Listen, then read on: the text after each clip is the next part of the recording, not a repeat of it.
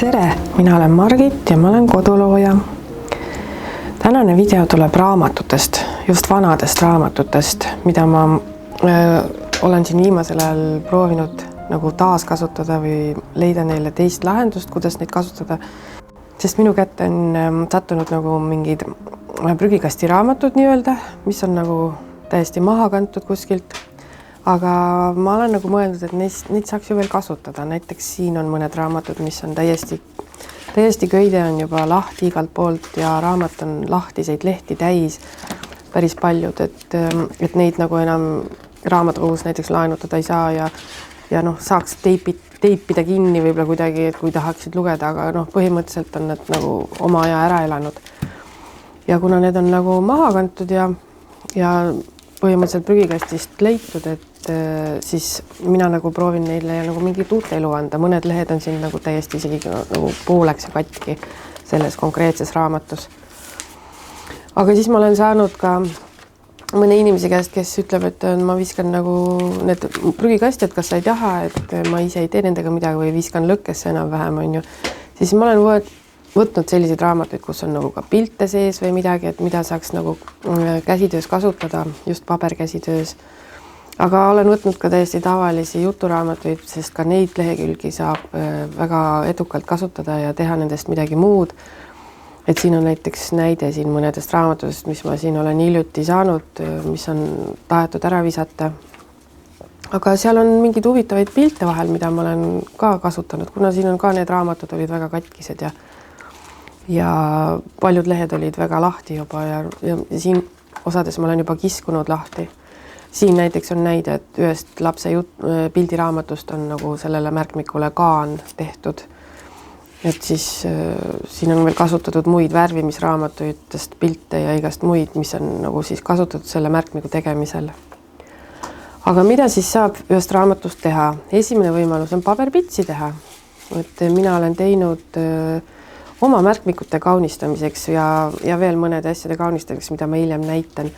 Ja see on selline lahe asi, selline mõnus nokitsemine, sest mina jätan kõik sellised pabertükid, kui ma midagi meisterdan, ma jätan kõik pabertükid järgi, mul on eraldi sahtel selle jaoks ja siis ma saan nendest sealt jälle võtta, kui midagi vaja on, sest ma märkmikutes vahest kasutan mingit pabertükki, kuskil läheb vaja ja siis ma jälle võtan.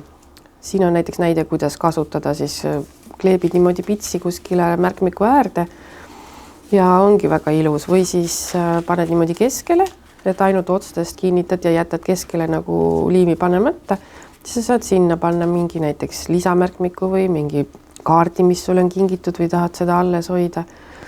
Siis saad sinna panna või mingi tähtsa dokumendi, mis on vaja alles hoida, võid ka niipidi kleepida selle. Siis saad jälle teistpidi panna sinna vahele, mis parasjagu vaja panna on, et selline nagu ma ei teagi sellele õiget nimetust öelda, mis see võiks olla, aga põhimõtteliselt te saate vist aru, mis ma mõtlen. Ja siin ma siis näitan, kuidas ma seda teen. Mina kasutasin seal peal neid värviliste paberite juppe sellepärast, et mul lihtsalt olid need jääkide sahtlites, aga tegelikult ei pea midagi panema, võid lihtsalt ainult raamatulehega teha. Siis jääb lihtsalt tavaline raamatuleht, selline pitsiline. Aga sa võid lõigata mingitest, ma ei tea, ajakirjadest pilte niimoodi väikeste ribadele sinna peale, et siis jääb lihtsalt värvilisem ja ilusam võib-olla. Ja siis sa lihtsalt ümbled selle niimoodi, kas siis siksakpistega või siis mingi spetsiaalsema ilusama tikandipistega ja siis niimoodi aeg-ajalt muudkui keerad, iga natukese aja tagant paned ta nagu sinna keerdu. Ma ei oskagi öelda, kuidas. Lihtsalt näppudega suruta niimoodi, teed sellise nagu pitsi põhimõtteliselt. Seda on nii raske seletada, aga ma arvan, te näete videos, kuidas ma seda teen. Et ma hiljem avastasin, et on lihtsam ka võtad mingi väikese kas joonlaua jupi või noa otsa ja siis sellega keerad ka on väga lihtne. Ja siis tuleb selline ilus pits. Et vastavalt sellele, millist paberit sa kasutad ja millist tikandipitsi sa kasutad, siis selline ta tuleb. Siis teine on võimalik teha omale dokumendimapid ise, mida mina olen ka päris mitut teinud ja ma näitan ka siin, millised ma olen need teinud ja kuidas ma neid tegin. et nendes on hea oma mingeid dokumente või mingeid asju hoida, mis iganes. Siin on üks veel poolik, siis ma lihtsalt tahtsin näidata, milline see suurus on. Et see on veel õmblemata, et need küljed tuleb siis kokku õmmelda.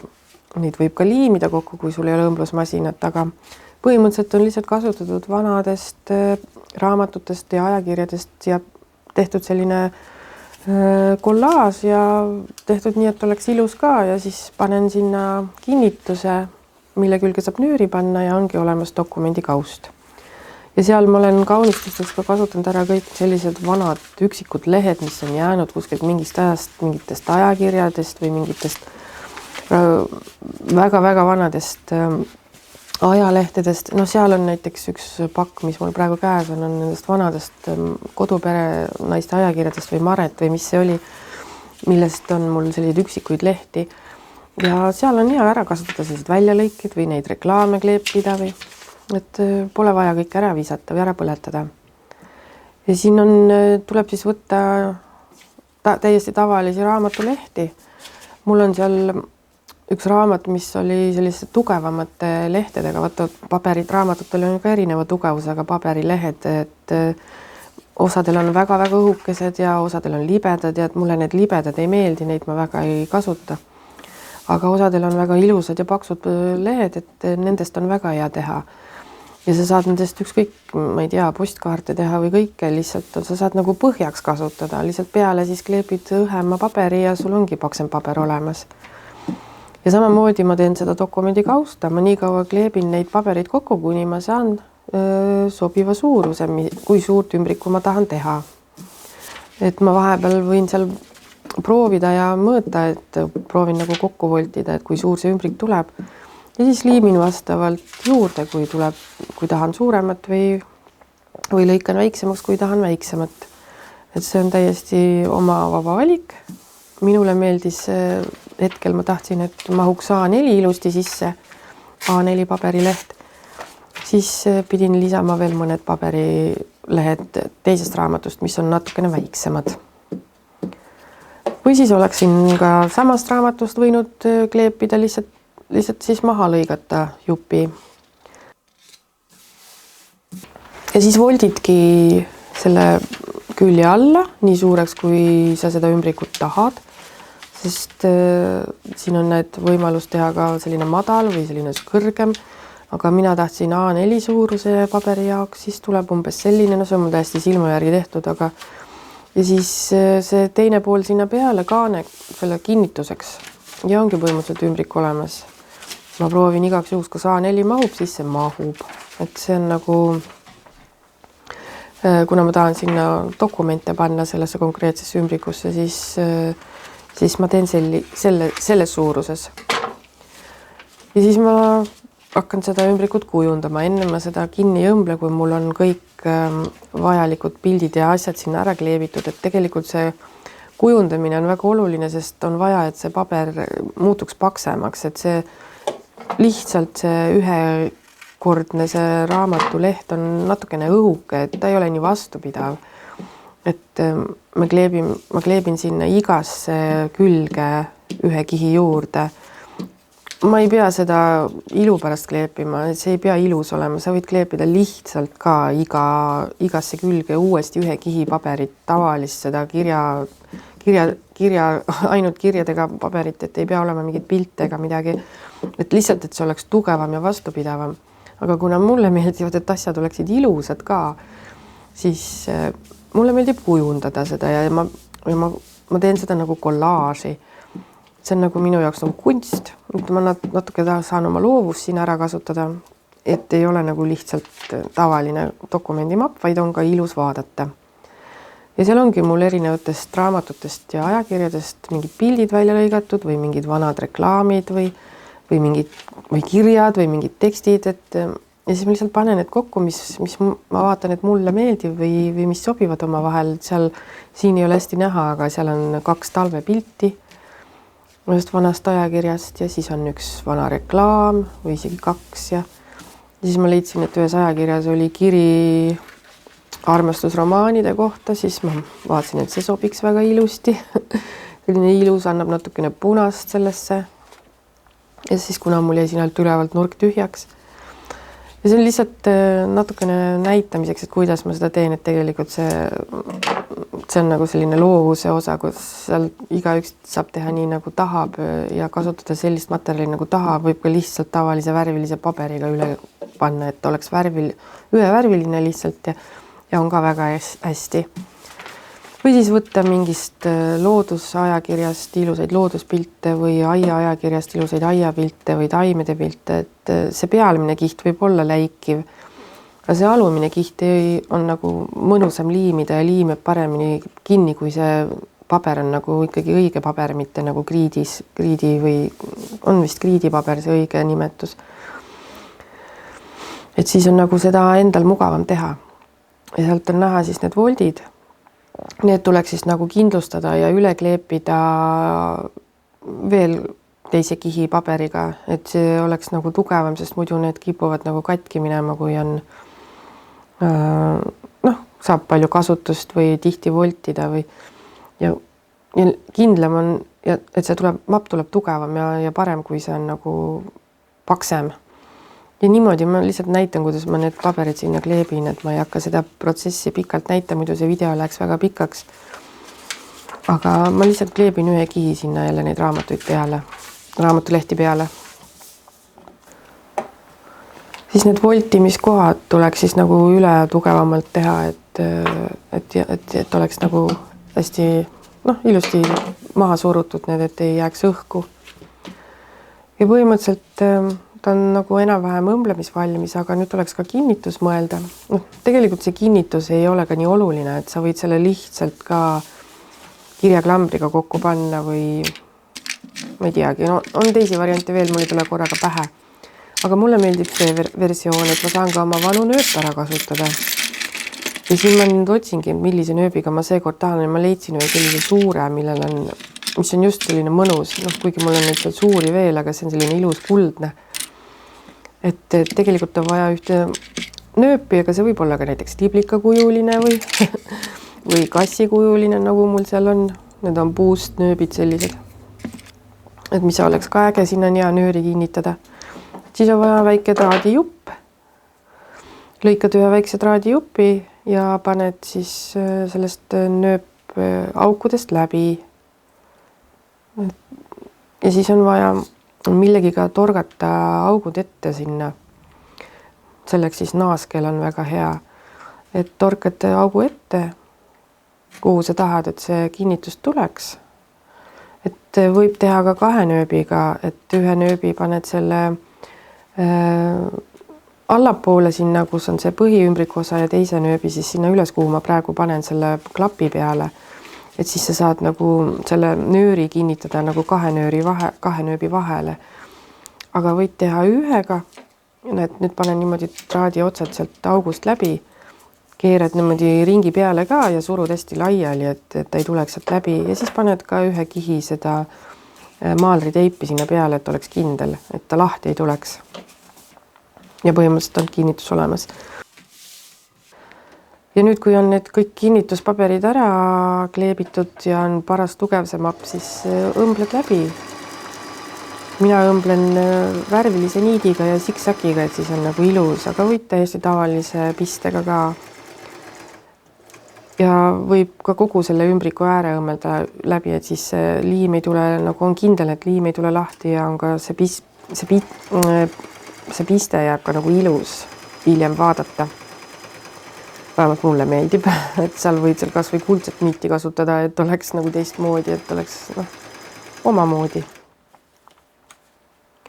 Et mul seal hetkel on punane niit ja mul on seal ka nagu punast kirja natuke, et siis mulle tundus, et see punane niit sobib hästi. Ja kuna mul oli nagu nii punane niit hetkel masinal peal, siis ma ei viitsinud hakata seda vahetama ja jäi nii nagu on.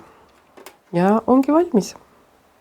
Et need niidiotsad võid muidugi kinni sõlmida, kui sa tahad, ja siis ma panin veel sinna dokumendid ka. Sellise nagu leibeli, see on selline spetsiaalne väike masin, mis teeb neid leibeleid ja siis sellega on hea. Aga sa võid ka kirjutada sinna lihtsalt dokumendid peale. Ja selline jätta siis tagantpoolt. Sa võid ka selle peale mingi kleepsu panna või midagi, ei pea maalriteip olema, võib mingi ilus kleeps ka olla.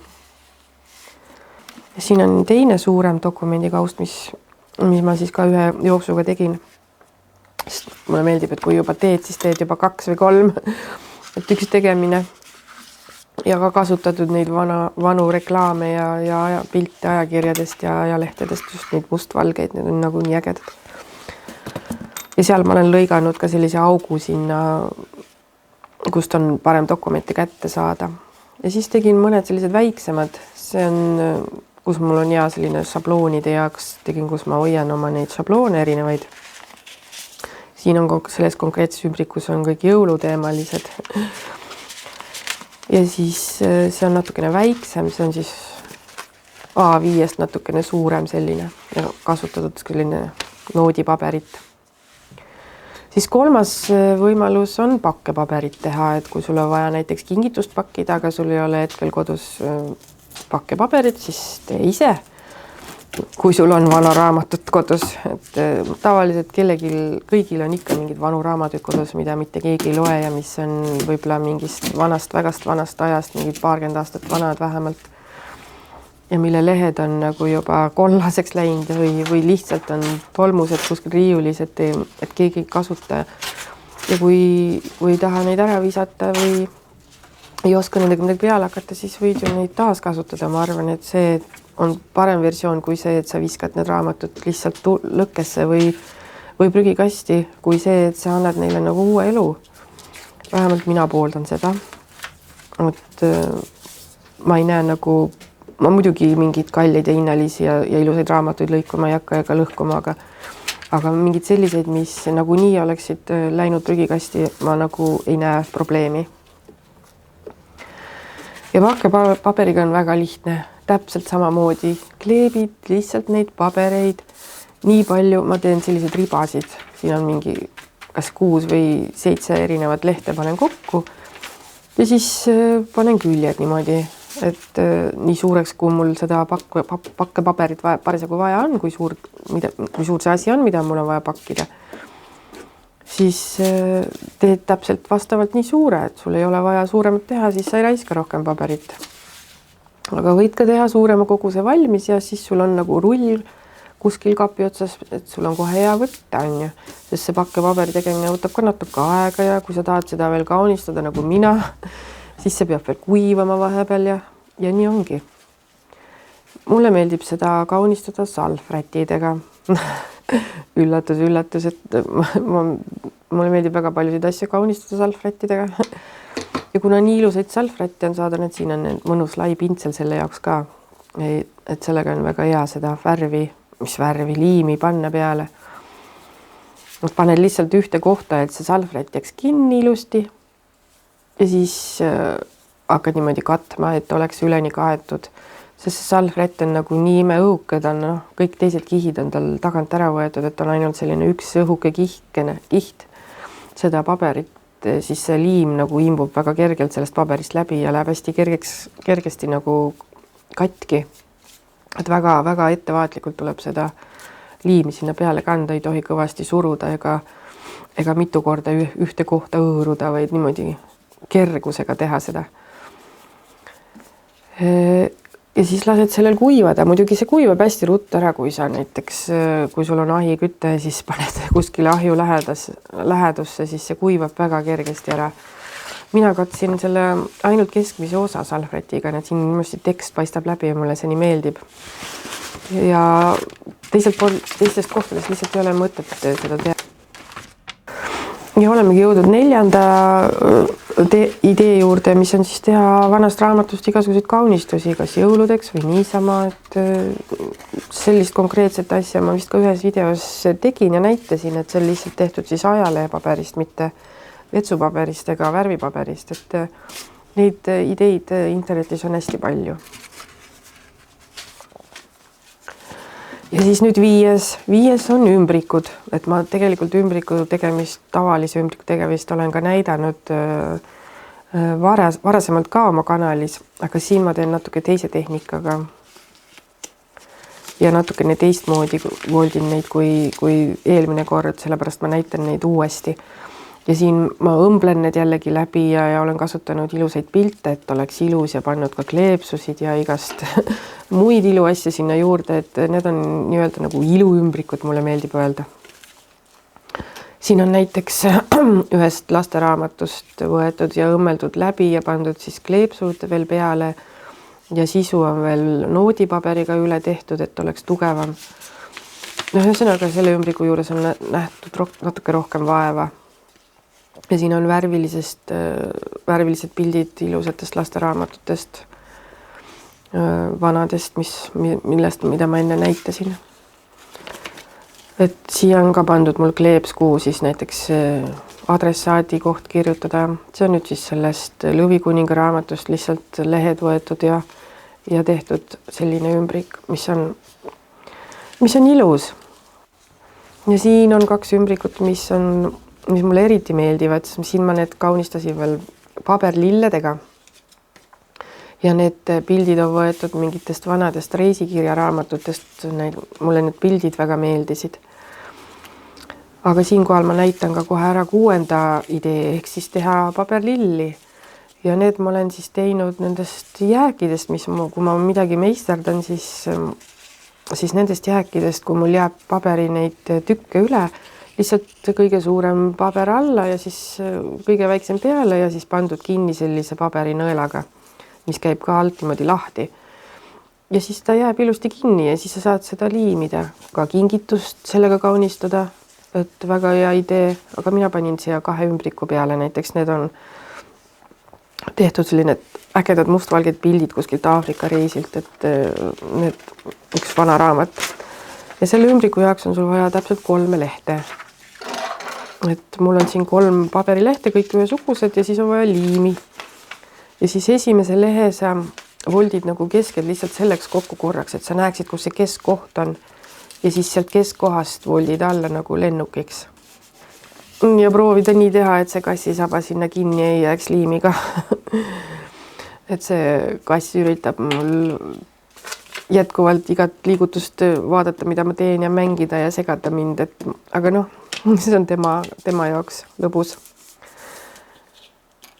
Siis liimid need lennukitiivad kokku sinna keskele. See jääb siis selleks ümbriku klapiks. Murri vaatab ja õpib ametit, teeb järgmise ümbriku vist ise. Et see tundub, et see meeldib talle see tegevus. Ja sellest siis saab selle ümbriku klapp. Siis võtad teise lehe ja siis teisest lehest saab siis selle ümbriku nagu põhi. Selle kleebid sinna täpselt niimoodi. See klapi murrad ilusti voldid peale, see voldijoon ja siis panedki liimi täpselt selle ülejäänud osa peale sinna, et see paber jääks sinna kinni. No nii Murri avastas kaamera. Ta tahtis lähedalt oma nägu näidata teile, aga ma tõstin täiesti ära, et ei segaks. Ja siis sellele 3. lehe siis paned sinna peale, kuhu siis tekib see tasku. Ja siis on nüüd mitu võimalust. Mina jällegi õmblen need ääred kinni, aga võib ka liimiga panna. Et siis mingi tugevama liimiga. Näiteks võib ka liimipüssi kasutada, et ei pea olema tavalise liimipulgaga. Sest see liimipulga tugevus ei ole väga hea, et see ei ole väga vastupidav. Aga sellepärast mulle meeldibki õmmelda need ääred kokku pigem ja esiteks mulle meeldib ka see välimus rohkem siis. Aga enne tuleks siis ära kaunistada, enne ei ole mõtet kinni õmmelda, kui sa tahad seda kaunistada. Ja siin ma lõpetuseks näitan siis ka seda oma sahtlit, kus mul on kõik need scrapi paberid, mis mul jääb meisterdusest järgi, mida ma siis jälle kasutan omakorda meisterdustes. Aga tore olid, et vaatasid seda videot ja olid täna minuga ja kui sulle see video meeldis, siis pane like ja soovita ka sõbrale ja kohtume järgmine kord.